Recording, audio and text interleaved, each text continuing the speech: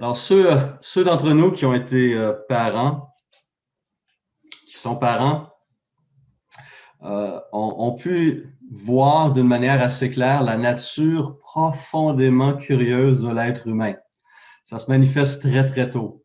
Je me rappelle toutes ces questions que nos enfants pouvaient nous poser lorsqu'ils regardaient ce monde autour d'eux et émerveillés et posaient des questions qui, sur le coup, on n'avait pas toujours les réponses. Pourquoi le ciel est bleu? Pourquoi le soleil est jaune?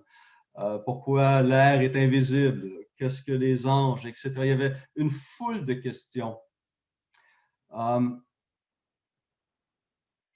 Nous sommes curieux. Nous avons des questions. Nous posons et nous posons toutes sortes de questions. Mais s'il y a une catégorie de questions qu'on ne peut éviter de poser dans notre vie, c'est bel et bien les questions qu'on appelle existentielles. Et une des plus fondamentales, c'est la grande question existentielle. Et quel est le but de ma vie? Ou, dit dans un langage plus populaire, mais qu'est-ce que je fais ici? On a besoin de savoir la réponse à ces questions. Cette quête de sens de son existence se retrouve au fond de notre cœur, a été placée là clairement par Dieu. Et nous savons instinctivement que la vie humaine est trop spéciale, trop précieuse pour être le simple résultat du hasard, de forces impersonnelles. On ne peut pas croire cela. Mais ce qui est profondément triste, c'est qu'on doit se poser la question. C'est que le sens de la vie s'est perdu dans la nuit des temps. Notre intelligence a été obscurcie, notre cœur, tortueux, refuse la seule vraie réponse qui nous est fournie. Alors, ce matin, je vous propose, en 3 simples tableaux ou stations, de regarder ce que j'appelle le parcours de la vie. Parcours qui, pour moi, est présenté par l'apôtre Paul dans sa lettre aux Éphésiens.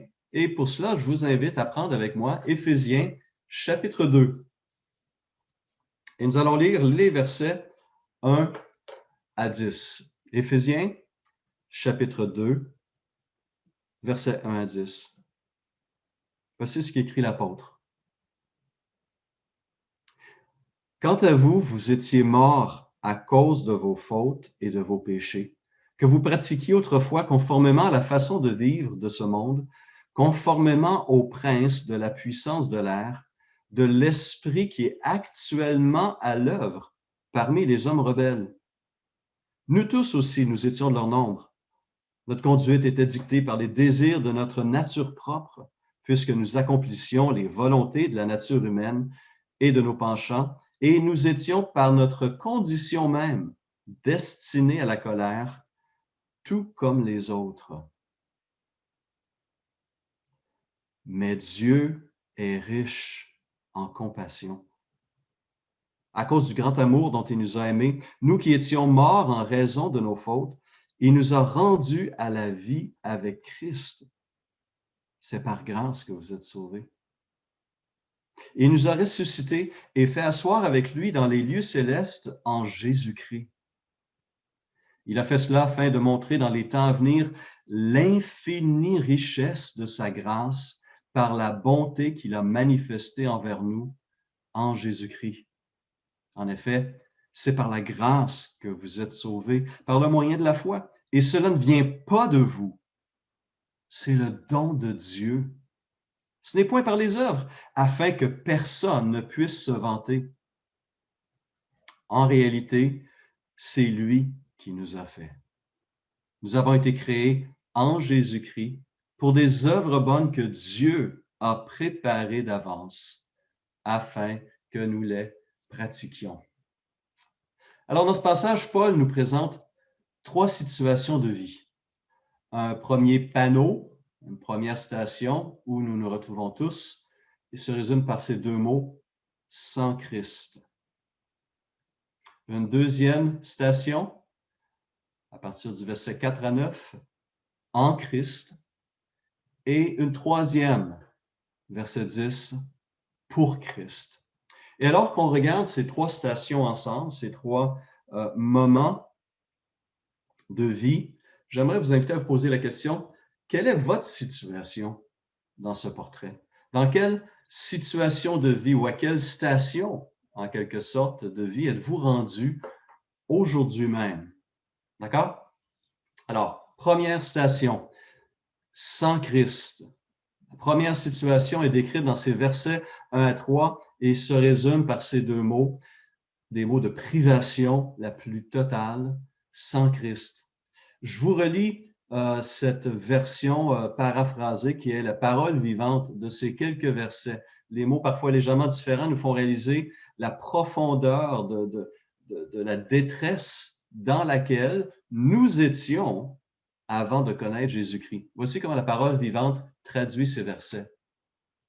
Il dit, « Vous étiez spirituellement morts à cause de vos fautes et de vos péchés lorsque vous vous laissiez emporter par le courant de ce monde. Autrefois, toute votre manière de vivre et votre comportement étaient modelés par les habitudes de ce monde. En fait, vous obéissiez à Satan qui règne en maître sur l'atmosphère spirituelle que nous respirons et qui influence la mentalité ambiante. Vous viviez dans la dépendance des esprits mauvais qui accomplissaient leurs œuvres en vous, comme ils le font encore en ceux qui refusent d'entrer dans le plan de Dieu. Notre comportement à nous tous nous était dicté par nos instincts, nos passions. Nous nous laissions aveuglément gouverner par les impulsions de notre être naturel. Tout ce que désiraient nos pensées et notre imagination corrompue, nous l'exécutions, car nous étions comme obligés de céder à tous les caprices de notre nature humaine et de nos sens. Aussi, nous les Juifs étions-nous, par nature, l'objet de la colère de Dieu comme tout le reste des hommes. Fin de cette paraphrase.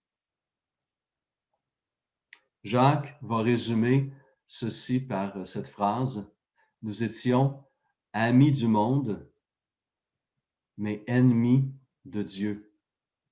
Jacques 4,4 le dit, « Ne savez-vous pas que l'amour pour le monde est synonyme de haine contre Dieu?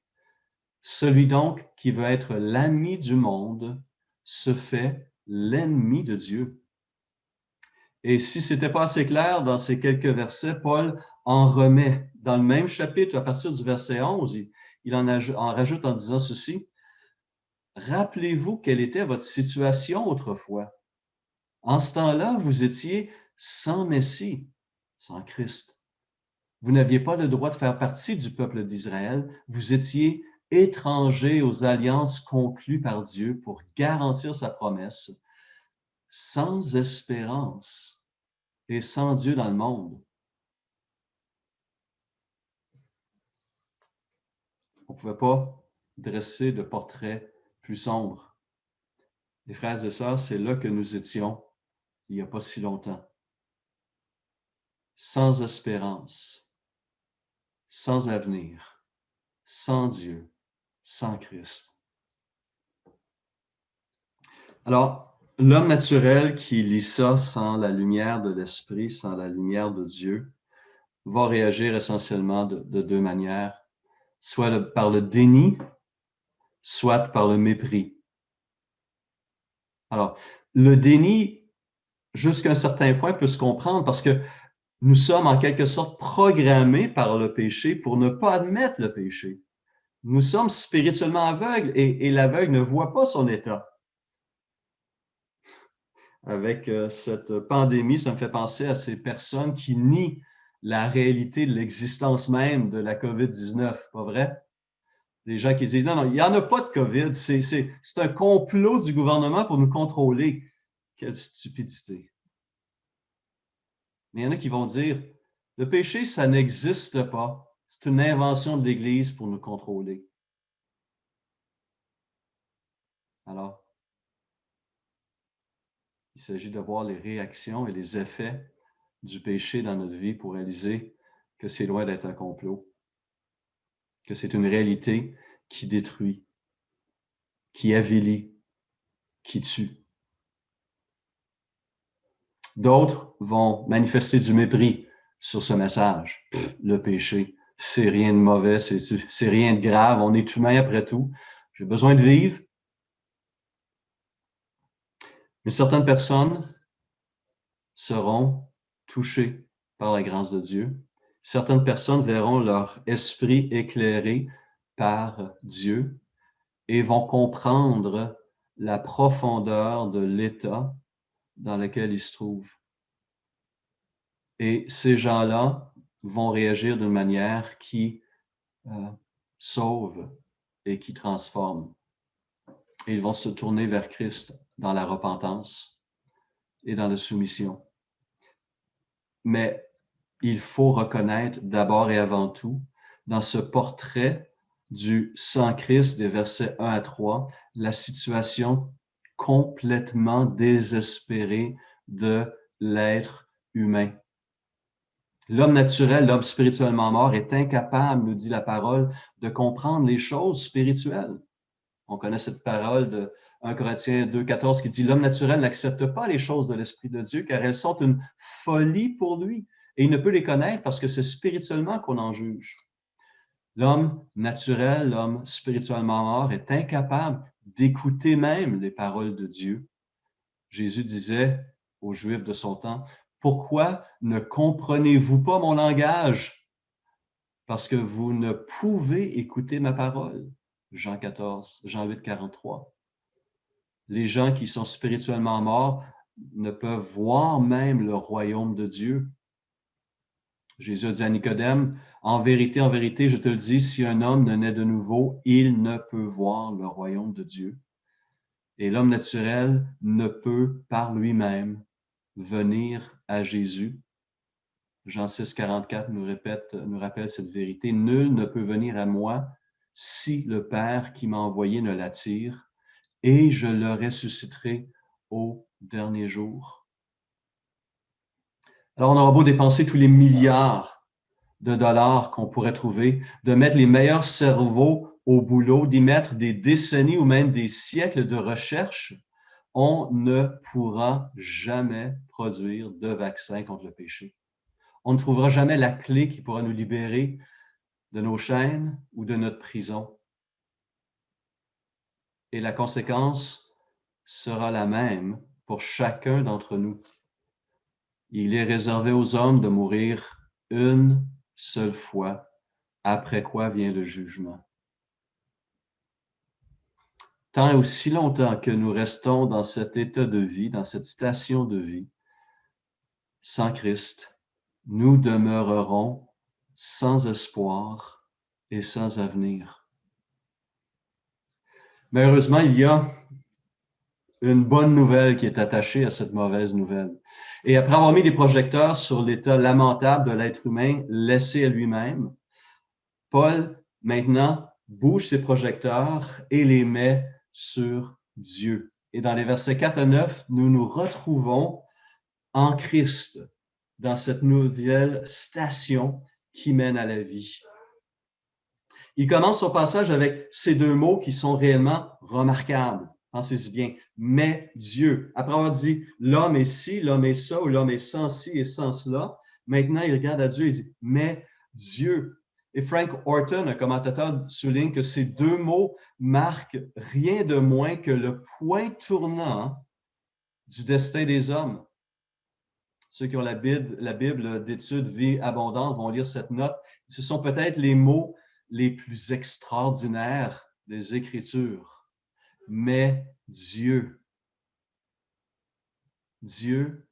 dans sa bonté, a envoyé son Fils pour nous sortir de notre impasse, pour nous offrir la liberté, la lumière, le pardon, la communion, la vie. Et l'homme n'y est pour rien dans tout cela. Tout est de Dieu.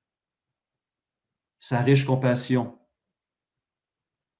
a conduit le Fils sur terre et à la croix, a amené Dieu à mettre sur pied ce plan unique de sauvetage. Et ce texte d'Éphésiens 2 rappelle, c'est par amour que nous recevons cette vie, c'est par grâce que nous recevons cette vie, c'est pour manifester la grandeur et la beauté et la bonté de notre Seigneur que Christ est venu pour subir à notre place, le jugement de notre rébellion, de nos fautes, de notre péché. Tout est et initiative divine. L'amour, la grâce, même la repentance et la foi est don de Dieu. Alors, ça va être quoi notre rôle dans tout cela? Il est bien humble, mais incontournable.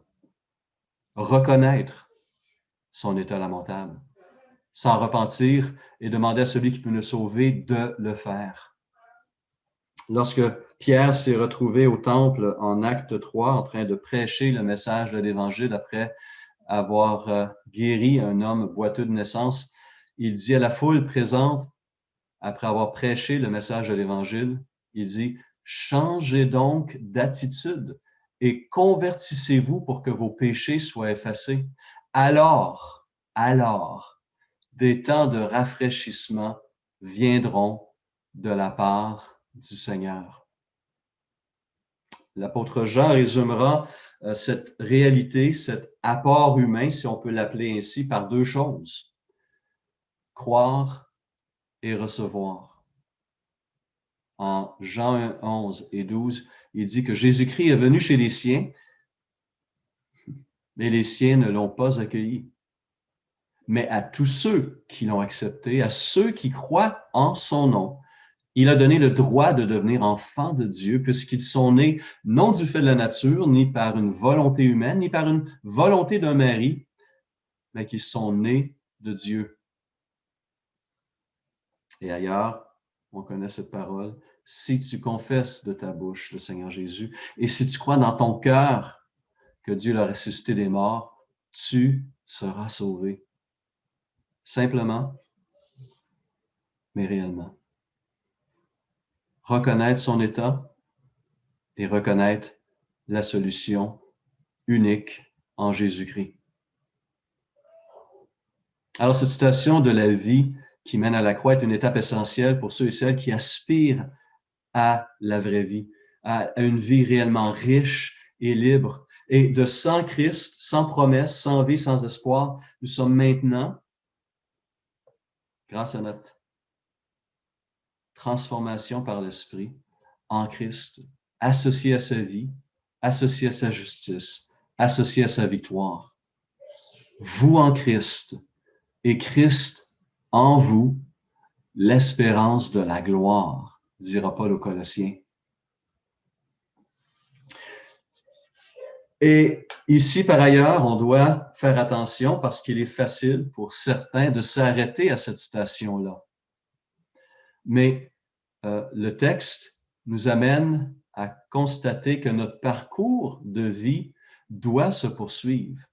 Celui qui est réellement en Christ conduira dorénavant sa vie pour Christ. Et c'est pourquoi, dans notre présentation de l'Évangile, dans notre réception du message nous-mêmes, on doit poursuivre au verset 10, qui dit ceci. En vérité, c'est lui qui nous a fait. Donc, nous sommes sa création, sa recréation. Nous avons été créés en Jésus-Christ pour de bonnes œuvres que Dieu a préparées d'avance afin que nous les pratiquions. On met beaucoup l'accent en tant que chrétien évangélique sur le fait que le salut n'est pas par les œuvres. C'est pas en allant à l'église que je suis sauvé. C'est pas en me faisant baptiser que je suis sauvé. C'est pas en faisant des œuvres ou en souffrant. Je ne contribue pas à mon salut. Tout est grâce. Tout vient de Dieu. C'est sans les œuvres afin que personne ne se glorifie. Mais on ne doit pas oublier ce qui suit, ce verset 10 qui dit qu'une fois que cette vie est la mienne, une fois que j'ai été transformé par Jésus-Christ, une fois que j'appartiens à Dieu, ma vie retrouve son sens, sa raison d'être. Elle est appelée à manifester cette vie et cette orientation de vie qui va glorifier et qui va honorer Christ. C'est pourquoi quelqu'un qui refuse de quitter le pied de la croix, mais qui veut simplement se dire en Christ, ultimement se berce d'illusions. Parce que c'est une forme d'immobilisme spirituel qui n'est qu'une autre manifestation de son état initial, une mort spirituelle. Parce que la vie bouge, la vie produit, la vie crée, la vie transforme. La vie de l'esprit produit des fruits et des œuvres dignes de repentance. Comment cette vie, donc, se manifeste-t-elle en moi? Comment la puissance de l'Esprit est-elle évidente pour ceux qui me côtoient? Mon parcours spirituel ne doit pas s'arrêter au verset 9.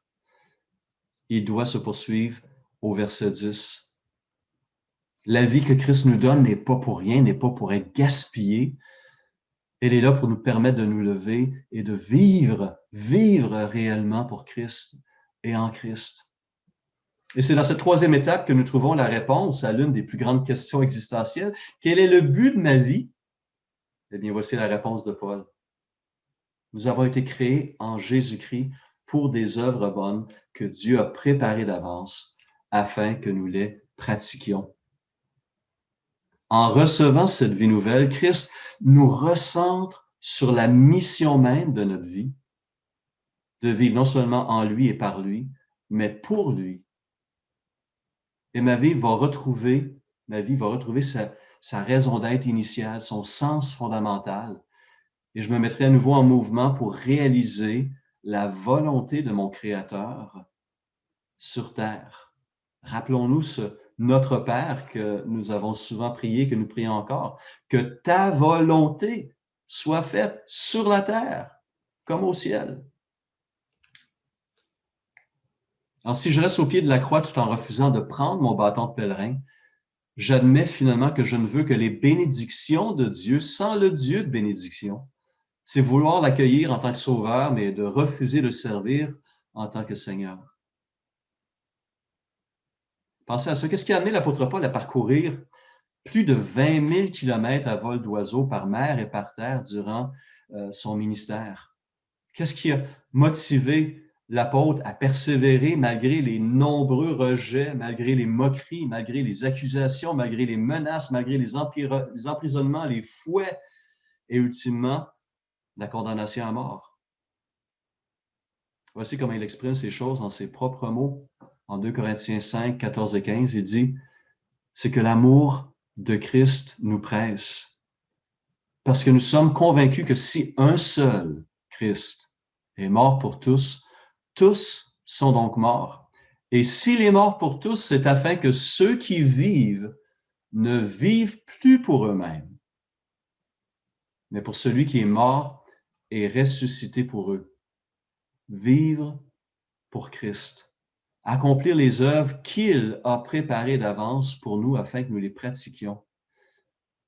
Et lorsqu'on lit cette épître aux Éphésiens et les autres lettres de Paul et des autres apôtres, on constate qu'une de ces œuvres les plus importantes, les plus belles, les plus nobles, que Christ appelle ses disciples à faire, à accomplir, c'est la reconnaissance de la réalité de notre Créateur et la célébration de la bonté et de la grâce de ce Créateur souverain dans la vie de ces créatures égarées.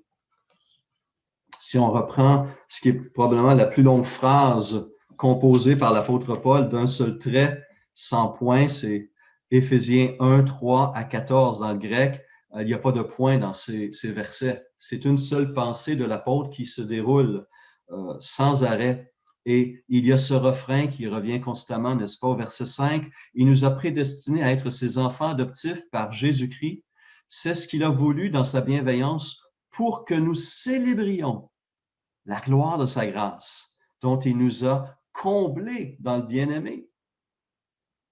Verset 11, « En lui, nous avons été désignés comme héritiers, ayant été prédestinés suivant le plan de celui qui met tout en œuvre conformément aux décisions de sa volonté pour servir à célébrer sa gloire. » Et finalement, le Saint-Esprit, on nous dit du Saint-Esprit, verset 14, qu'il est le gage de notre héritage en attendant la libération de ceux que Dieu s'est acquise pour célébrer sa gloire. La célébration, une des œuvres qui fait le plus plaisir à Dieu est cette célébration de la grâce et de l'amour et de la bonté de Christ, de Dieu envers nous.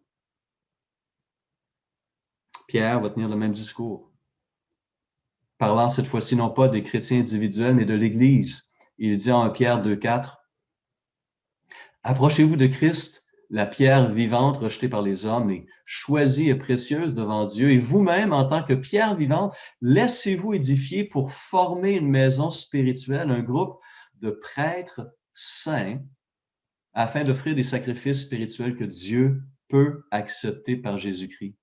Verset 9, vous êtes un peuple choisi, des prêtres royaux, une nation sainte, un peuple racheté. Et pourquoi tout ça? Afin de proclamer les louanges de celui qui vous a appelé des ténèbres à sa merveilleuse lumière. Alors, comment fait-on cela? Quelles sont ces œuvres que Dieu a préparées d'avance pour qu'on les pratique? Comment ma vie peut-elle être vécue pour Christ? Eh bien, je vous invite cet après-midi à poursuivre la lecture de cette épître de Paul aux Éphésiens, tout particulièrement les versets 4 à 6, où Paul nous donne le portrait d'une vie qui plaît et qui honore profondément notre Créateur et notre Rédempteur. Je termine avec une mise en garde importante ici. On doit faire attention de ne pas sauter la station 2 pour aller directement de la station 1 à la station 3. Autrement dit, on doit faire attention de ne pas aller d'être sans Christ à tenter d'être pour Christ sans avoir été d'abord en Christ. Parce que avant de vouloir faire quelque chose pour Christ, il faut que Christ fasse quelque chose pour nous. Et donc, nous devons absolument nous centrer et nous recentrer quotidiennement sur Christ et se laisser placer en lui jour après jour. Parce que si je saute cette étape fondamentale qui est la deuxième station, de me retrouver en Christ, finalement, je ne ferai que pratiquer une religion qui ne sauve pas et qui va me laisser vide un jour ou l'autre et qui, ultimement, et ça, c'est la situation la plus tragique possible, fera en sorte que j'entendrai un seul verdict de Jésus. Il nous dira ouvertement, « Je ne vous ai jamais connu. Éloignez-vous de moi, vous qui commettez le mal. » Si je ne passe pas par cette transformation que la Bible appelle la nouvelle naissance, la régénération, tout le reste demeure vain. Une vie qui ne sort pas de la première station ne pourra que décevoir amèrement ceux qui la vivront. Ils vont réaliser trop tard, comme l'homme riche dans l'histoire de l'homme riche et de Lazare, qu'il a vécu une vie peut-être riche en nourriture, riche en party, riche en fêtes de toutes sortes, mais ultimement, il va se retrouver nu, dépouillé, seul dans les ténèbres, et il sera trop tard. Mais une vie qui est renouvelée par Christ va honorer Dieu et sera riche, riche dans tous les domaines possibles, riche en grâce, riche en vie, riche en lumière, riche en paix, riche en joie, riche en communion et en relation. Et c'est à cela que le Seigneur nous appelle encore une fois ce matin, à renouveler cette marche en Christ et pour Christ et avoir une vie qui l'honore. Qu'importe les circonstances de la vie, qu'importe les défis qui sont devant nous, nous avons tout pour vivre en Christ et pour Christ. Prenons un instant pour rendre grâce pour ces réalités. Et célébrons ce Seigneur.